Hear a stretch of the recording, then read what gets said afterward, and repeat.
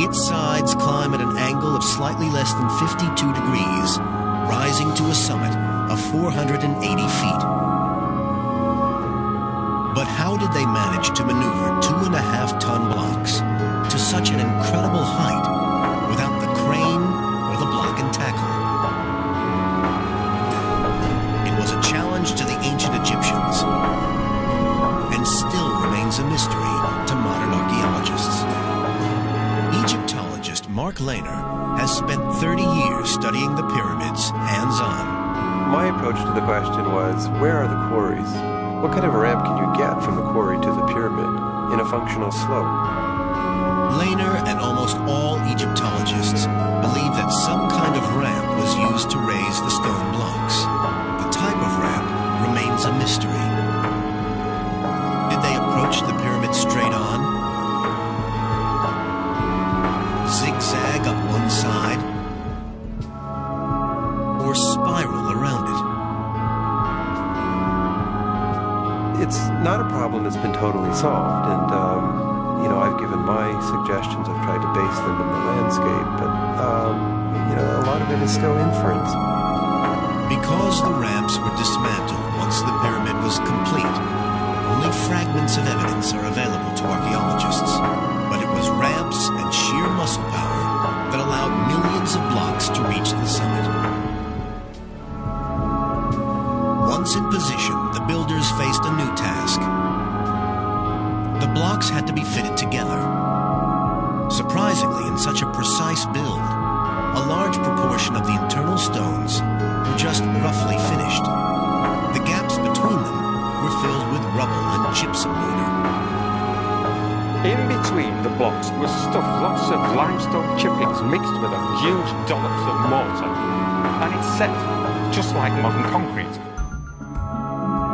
But every stone that would be visible when the build was completed was placed with amazing precision.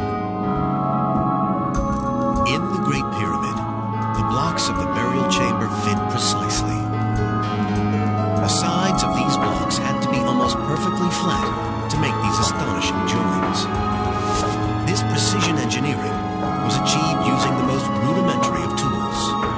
Yes, we'll use this rods and string tool in order to find out whether the surface is truly flat.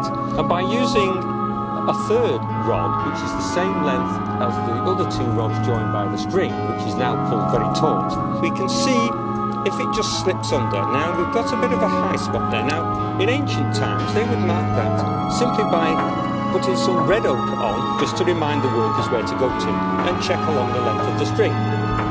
The ancient mason would use the rods and string to spot imperfections, and then mark them with red ochre to show where more work was needed. Using two further tools, this one being a flint scraper and this one being a sandstone rubber, now we can use the marks as a guide to scrape away the high point like so. And it's obvious that as you scrape, the mark disappears, and with it, of course, the high spot. This same technique was also used in the final stage of construction. The rough internal blocks were covered with an outer casing of perfectly smooth stone. This was carved from the highest grade limestone and had to be carried across the Nile to the pyramid site.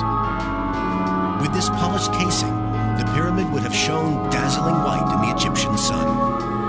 But when the pyramids were newly encased in this special limestone, they must have been blinding in the sun like newly fallen snow.